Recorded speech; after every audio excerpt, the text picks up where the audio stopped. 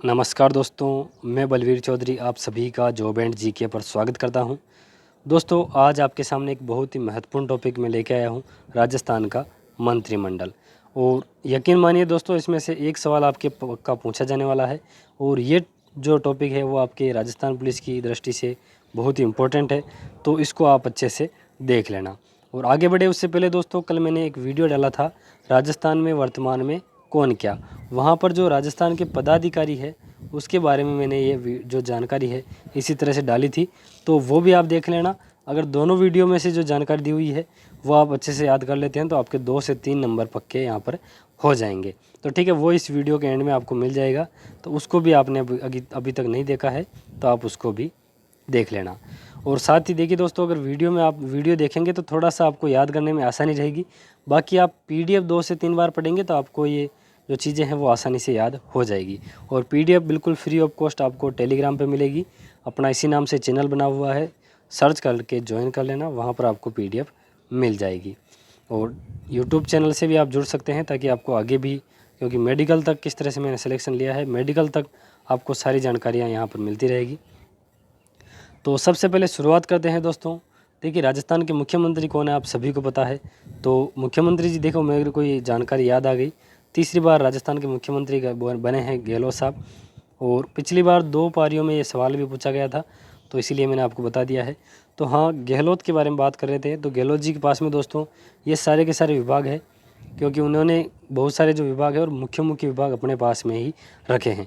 तो ऐसा तो है नहीं कि आप पूरे ही याद कर लेंगे, लेकिन सभी मंत्रियों के मैं मुख्य मुख्य विभाग बताऊंगा, तो उनको तो आप अच्छे से क्लियर कर लेना। बाकी आप जो चीज़ें हैं वो देखेंगे तो थोड़ा सा आपके दिमाग में भी रहेगी। और ये बिल्कुल लेटेस्ट नहीं है, आज ही की है, जो राजस्थान का विधानसभा जो वेबसाइट है उसके ऊपर से एज इट इज़ ली गई है। तो बिल्कुल आप इनको बेझिझक याद कर सकते हैं कि पुरानी है या गलत है, ऐसा कुछ नहीं है। तो मुख्य रूप से दोस्तों, राजस्थान के जो मुख्यमंत्री हैं उनके साथ पास में है वित्त विभाग, गृह और न्याय विभाग, उसके अलावा कार्मिक विभाग और सूचना और जनसंपर्क विभाग, इसके अलावा सूचना प्रौद्योगिकी और संचार विभाग। ये मुख्य विभाग है जो मुख्यमंत्री साहब के पास में है, जिनमें वित्त विभाग सबसे बड़ा विभाग है। पूछा जाए आपसे वित्त मंत्री कौन है तो गहलोत साहब ही है, गृह मंत्री कौन है तो वो भी गहलोत साहब ही है। तो ये सारा के सारे जो विभाग हैं वो गहलोत जी के पास में है। तो अब हम बात चलते हैं जो उनका कैबिनेट मंत्रालय है उनके ऊपर।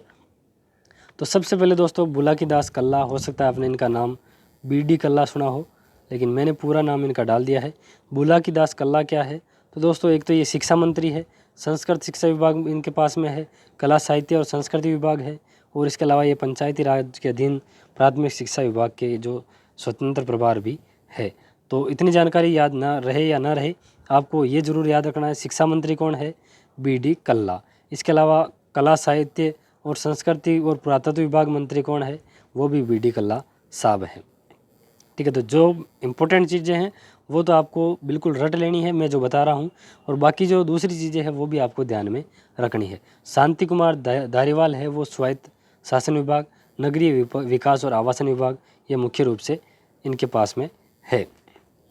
इसके अलावा दोस्तों अगला है हेमाराम चौधरी, वन विभाग, पर्यावरण और जल परिवर्तन विभाग। वेरी इंपॉर्टेंट है, आप याद रख लेना, वन विभाग, पर्यावरण और जलवायु परिवर्तन विभाग, ये है हेमाराम चौधरी के पास में।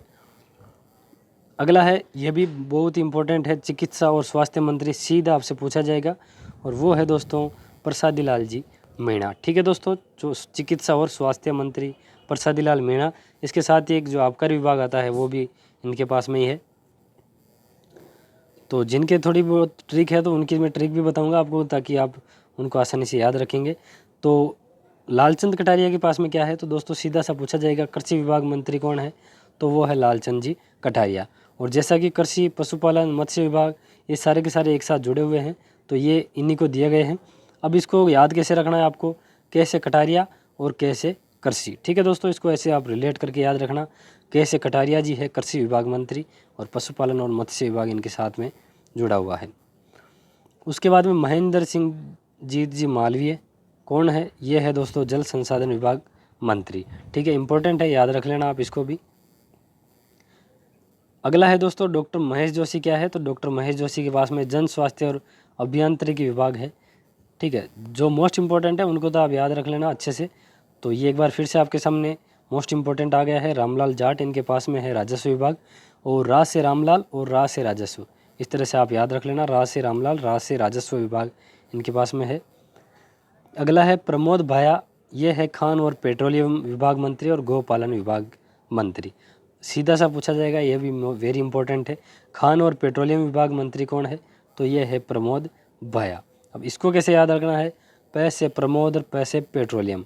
ठीक है, मैं तो जब याद करता था तो इसी तरह से याद करता था, और अभी भी मुझे भी ये याद नहीं था, जब वीडियो बना रहा हूँ तो उसी के साथ में मेरे को भी ये याद हो रहे हैं। तो पै से प्रमोद और पै से पेट्रोलियम, खान और पेट्रोलियम विभाग मंत्री है प्रमोद भाया।